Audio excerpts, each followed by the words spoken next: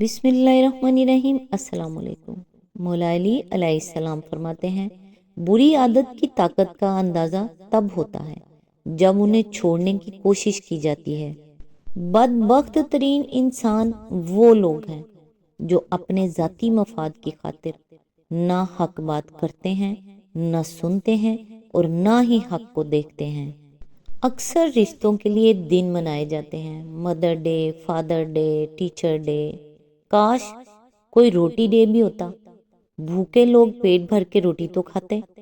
کاش کوئی کپڑا ڈے بھی ہوتا تو ٹھنڈ سے ٹھٹھرتے غریب لوگ بھی کپڑے پہنتے۔ کاش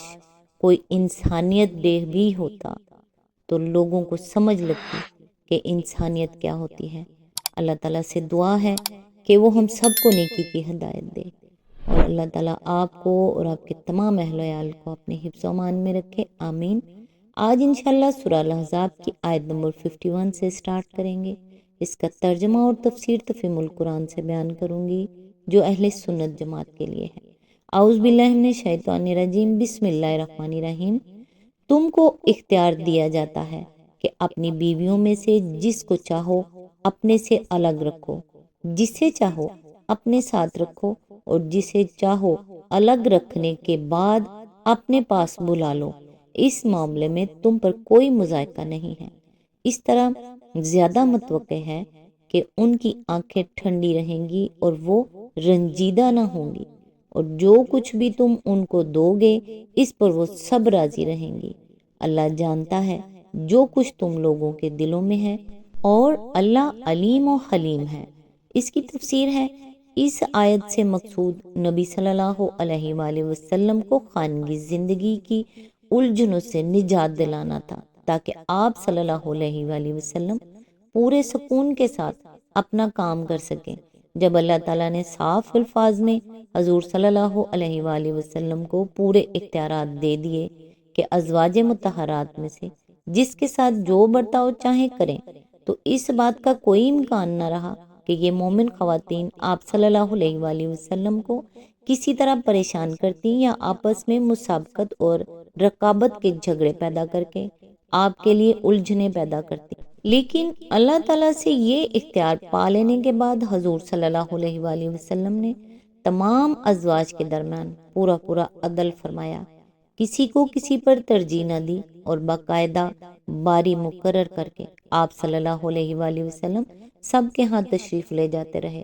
محدثین میں سے صرف ابو رزین یہ بیان کرتے ہیں کہ حضور صلی اللہ علیہ وآلہ وسلم صرف 4 بیویوں یعنی حضرت عائشہ، حضرت حفصہ، حضرت زینب اور حضرت ام سلمہ کو باریوں کی تقسیم میں شامل کیا تھا، اور باقی ازواج کے لیے کوئی باری مقرر نہ تھی۔ لیکن دوسرے تمام محدثین و مفسرین اس کی تردید کرتے ہیں، اور نہایت قوی روایات سے اس امر کا ثبوت پیش کرتے ہیں کہ اس اختیار کے بعد بھی حضور صلی اللہ علیہ وآلہ وسلم تمام ازواج کے ہاں باری باری سے جاتے تھے۔ بخاری، مسلم، نسائی اور ابو داؤد وغیرہ ہم حضرت عائشہ کا قول نقل کرتے ہیں کہ اس آیت کے نزول کے بعد بھی حضور صلی اللہ علیہ وآلہ وسلم کا طریقہ یہی رہا کہ آپ صلی اللہ علیہ وآلہ وسلم ہم میں سے کسی بیوی کی باری کے دن دوسری بیوی کے ہاں جاتے تو اس سے اجازت لے کر جاتے تھے۔ ابو بکر جساس عروہ بن زبیر کی روایت نقل کرتے ہیں کہ حضرت عائشہ نے ان سے فرمایا، رسول اللہ صلی اللہ علیہ وآلہ وسلم باریوں کی تقسیم میں ہم میں سے کسی کو کسی پر ترجیح نہ دیتے تھے، اگرچہ کم ہی ایسا ہوتا تھا کہ آپ صلی اللہ علیہ وآلہ وسلم کسی روز اپنی سب بیویوں کے ہاں نہ جاتے ہوں، مگر جس بیوی کی باری کا دن ہوتا تھا اس کے سوا کسی دوسری بیوی کو چھوتے تک نہ تھے۔ اور یہ روایت بھی حضرت عائشہ ہی کی ہے کہ جب حضور صلی اللہ علیہ وآلہ وسلم اپنی آخری بیماری میں مبتلا ہوئے اور نقل و حرکت آپ صلی اللہ علیہ وآلہ وسلم کے لیے مشکل ہو گئی، تو آپ صلی اللہ علیہ وآلہ وسلم نے سب بیویوں سے اجازت طلب کی کہ مجھے عائشہ کے ہاں رہنے دو، اور جب سب نے اجازت دے دی تب آپ صلی اللہ علیہ وآلہ وسلم نے آخری زمانہ حضرت عائشہ کے ہاں گزارا۔ ابن ابی حاتم امام زہری کا قول نقل کرتے ہیں کہ نبی صلی اللہ علیہ وآلہ وسلم کسی بیوی کو باری سے محروم کرنا ثابت نہیں ہے۔ اس سے صرف حضرت سودا مستثنا ہیں، جنہوں نے خود اپنی باری بخوشی حضرت عائشہ کو بخش دی تھی، کیونکہ وہ بہت سن رسیدہ ہو چکی تھی۔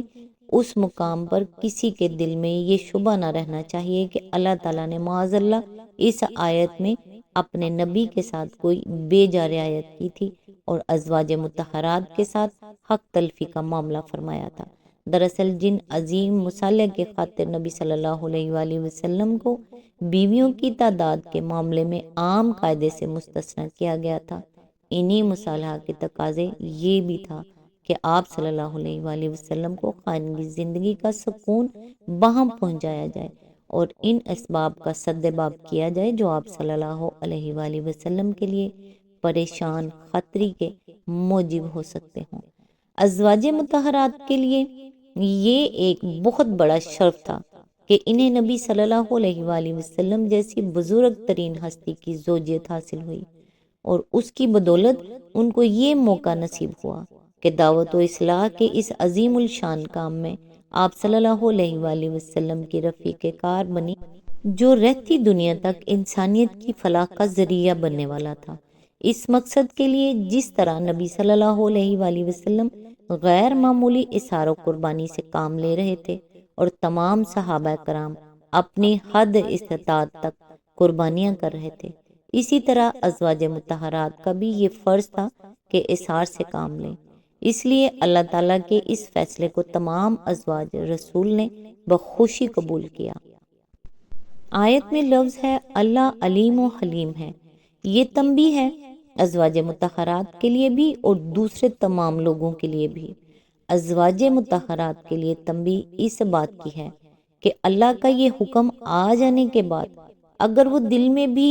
کبیدہ خاطر ہوں گی تو گرفت سے نہ بچ سکیں گی، اور دوسرے لوگوں کے لیے اس میں یہ تنبیہ ہے کہ نبی صلی اللہ علیہ وآلہ وسلم کی ازدواجی زندگی کے متعلق کسی طرح کی بدگمانی بھی اگر انہوں نے اپنے دل میں رکھی یا فکر و خیال کے کسی گوشے میں بھی کوئی وسوسہ پالتے رہے تو اللہ سے ان کی یہ چوری چھپی نہ رہ جائے گی۔ اس کے ساتھ اللہ کی صفت حلم کا بھی ذکر کر دیا گیا ہے تاکہ آدمی کو یہ معلوم ہو جائے کہ نبی صلی اللہ علیہ وآلہ وسلم کی شان گستاخی کا تخیل بھی اگرچہ سخت سزا کا مستوجب ہے، لیکن جس کے دل میں کبھی ایسا کوئی وسوسہ آیا ہو اور اگر اسے نکال دے تو اللہ تعالیٰ کے ہاں معافی کی امید ہے۔ آیت نمبر 52، اس کے بعد تمہارے لیے دوسری عورتیں حلال نہیں ہیں اور نہ اس کی اجازت ہے کہ ان کی جگہ اور بیویاں لے آؤ، خواہ ان کا حسن تمہیں کتنا ہی پسند ہو، البتہ لونڈیوں کی تمہیں اجازت ہے، اللہ ہر چیز پر نگران ہے۔ اس کی تفسیر ہے، اس ارشاد کے دو مطلب ہیں، ایک یہ کہ جو عورتیں اوپر آیات نمبر 50 میں حضور صلی اللہ علیہ وآلہ وسلم کے لیے حلال کی گئی ہیں، ان کے سوا دوسری کوئی عورت اب آپ صلی اللہ علیہ وآلہ وسلم کے لیے حلال نہیں ہے۔ دوسرے یہ کہ جب آپ کی ازواج مطہرات اس بات کے لیے راضی ہو گئی ہیں کہ تنگی اور ترشی میں آپ صلی اللہ علیہ وآلہ وسلم کا ساتھ دیں اور آخرت کے لیے دنیا کو انہوں نے تج دیا ہے اور اس پر بھی خوش ہیں کہ آپ صلی اللہ علیہ وآلہ وسلم جو برتاؤ بھی ان کے ساتھ چاہیں کریں، تو اب آپ صلی اللہ علیہ وآلہ وسلم کے یہ حلال نہیں ہے کہ ان میں سے کسی کو طلاق دے کر اس کی جگہ کوئی اور بیوی لے آئیں۔ یہ آیت اس امر کی صراحت کر رہی ہے کہ منکوحہ بیویوں کے علاوہ مملوکہ عورتوں سے بھی تمتع کی اجازت ہے اور ان کے لیے تعداد کی کوئی قید نہیں ہے۔ اسی مضمون کی تصریح سورہ نساء آیت نمبر 3، سورہ مومنون آیت نمبر 6 اور سورہ معارج آیت نمبر 30 میں بھی کی گئی ہے۔ ان تمام آیات میں مملوکہ عورتوں کو منکوحہ ازواج کے بالمقابل ایک الگ صنف کی حیثیت سے بیان کیا گیا ہے اور پھر ان کے ساتھ ازدواجی تعلق کو جائز قرار دیا گیا ہے۔ نیز سورہ نساء کی آیت نمبر 3 منکوحہ بیویوں کے لیے 4 کی حد مقرر کرتی ہے، مگر نہ اس جگہ اللہ تعالیٰ نے مملوکہ عورتوں کے لیے تعداد کی حد مقرر کی ہے اور نہ دوسری متعلقہ آیات میں ایسی کسی حد کی طرف اشارہ فرمایا ہے۔ بلکہ یہاں نبی صلی اللہ علیہ وآلہ وسلم کو خطاب کرتے ہوئے فرمایا جا رہا ہے کہ آپ صلی اللہ علیہ وآلہ وسلم کے لیے اس کے بعد دوسری عورتوں سے نکاح کرنا یا موجودہ بیویوں میں سے کسی کو طلاق دے کر دوسری بیوی لانا تو حلال نہیں ہے، البتہ مملوکہ عورتیں حلال ہیں۔ اس سے صاف ظاہر ہے کہ مملوکہ عورتوں کے معاملے میں کوئی حد مقرر نہیں ہے، لیکن اس کا یہ مطلب نہیں ہے کہ خدا کی شریعت یہ گنجائش مالدار لوگوں کو بے حساب لونڈیاں خرید کر عیاشی کرنے کے لیے دیتی ہے، بلکہ یہ تو ایک بے جا فائدہ ہے جو نفس پرست لوگوں نے قانون سے اٹھایا ہے۔ قانون بجائے خود انسانوں کی سہولت کے لیے بنایا گیا تھا، اس لیے نہیں بنایا گیا تھا کہ لوگ اس سے یہ فائدہ اٹھائیں۔ اس کی مثال ایسی ہے جیسے شریعت ایک مرد کو 4 تک بیویاں کرنے کی اجازت دیتی ہے اور اسے یہ حق بھی دیتی ہے کہ اپنی بیوی کو طلاق دے کر دوسری بیوی لے آئے۔ یہ قانون انسانی ضروریات کو ملحوظ رکھ کر بنایا گیا تھا۔ اب اگر کوئی شخص محض عیاشی کی خاطر یہ طریقہ اختیار کرے کہ 4 بیویوں کو کچھ مدت رکھ کر طلاق دیتا اور پھر ان کی جگہ بیویوں کی دوسری کھیپ لاتا چلا جائے،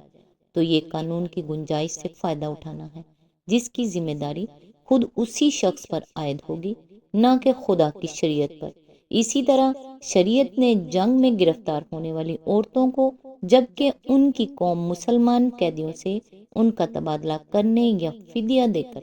ان کو چھڑانے کے لیے تیار نہ ہو، لونڈی بنانے کی اجازت دی، اور جن اشخاص کی ملکیت میں وہ حکومت کی طرف سے دے دی جائیں ان کو یہ حق دیا کہ ان عورتوں سے تمتع کریں تاکہ ان کا وجود معاشرے کے لیے اخلاقی فساد کا سبب نہ بن جائے۔